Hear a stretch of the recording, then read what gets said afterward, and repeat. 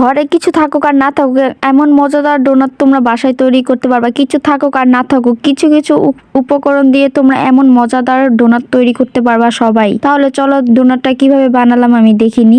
এখানে আমি সবার প্রথমে আমি 3টা ডিম নিয়েছি আর এখানে অনেকটি দুধ নিয়েছি। একটু ভালো করে গাঢ় করে দুধটা জাল করে নিতে হবে। তারপরে এখানে আমি ইস্ট নিয়েছি। ইস্টের কোনো পরিমাণ আমি বলছি না, তোমরা যার যার পরিমাণ মতো নিতে পারো। তারপর নেওয়ার পর আমি ভালো করে মিক্স করে নিয়েছি। এক পর্যায়ে দেখবে একটু বাটারের মতো হয়ে গিয়েছে, মানে একটু ঘিয়ের মতো হয়েছে, তখন এই জিনিসটা 10 মিনিটের জন্য রেস্টে রাখবে। আর এখানে আমি ময়দা নিয়েছি আর এখানে পরিমাণ মতো তেল আর লবণ দিয়ে আমি ভালো করে মিক্স করে এই মাঝখানে একটা গর্ত করে আমি সেই ব্যাটারটা ঢেলে দেব।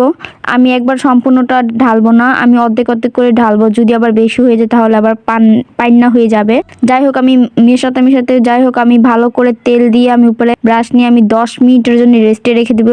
রেস্টে রাখার পরে দেখবা এটা একদমই অনেকটা ফুলে গিয়েছে। যার পরে আমি এটাকে ভালো করে মিক্স করে আমি এটাকে একসাথে মিশিয়ে নিয়ে আমি ডোনাটের শেপ দিয়ে দিলাম। তোমরা চাইলে তোমরা আরেকটু বড় করতে পারো। আমি একদম ছোট করে ডোনাটের যে ইয়াটা আছে আমি এটা করেছি। আমি মাঝখানে একটা নজল দিয়ে আমি ফোলাক করে দিয়েছি। আর এখানে ফুটন্ত তেল লাগবে না, একটু ডিম তেলটা হলেই তোমরা ভেজে নিবে ডোনাটটা।